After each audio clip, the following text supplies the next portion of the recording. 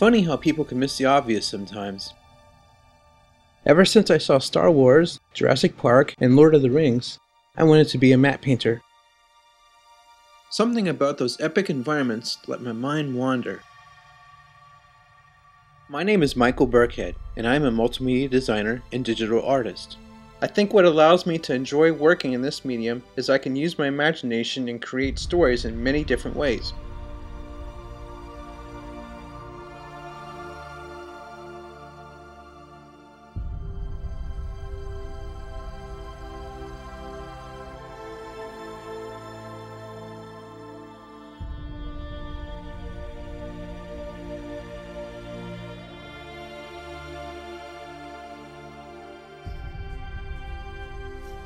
Today I'd like to briefly share my process of creating a digital matte painting using photo manipulation and matte painting techniques. The most difficult part of creation for me is getting started. I do this by starting out with word mapping and brainstorm as many words as I can on a page. Then I will start constructing a story in my mind and begin conceptual sketches.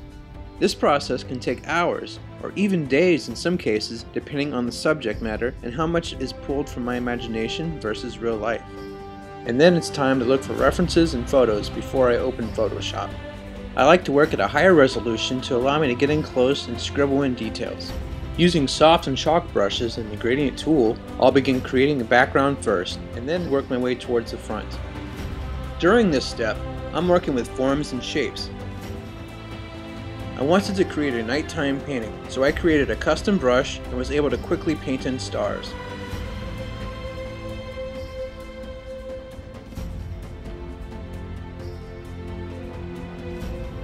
I also created a custom brush and painted in clouds using a similar technique.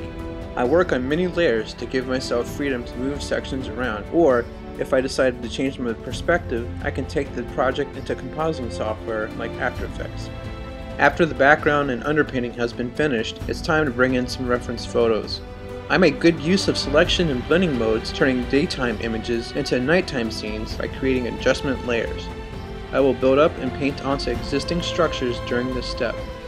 I need to be aware of the horizon line, which allows me to concentrate on fundamental design elements, such as composition, perspective, movement, and balance. I'm being mindful of the layout as I do this and trying to convey a story in the painting. Now everything is pretty much done, and I'll use this time to get in close to scribble in those details, such as painting fire, reflections in the water, camel men in the background, and continuing adding flourishes tying the painting together. I may also go back to dodge and burn certain areas I want to emphasize.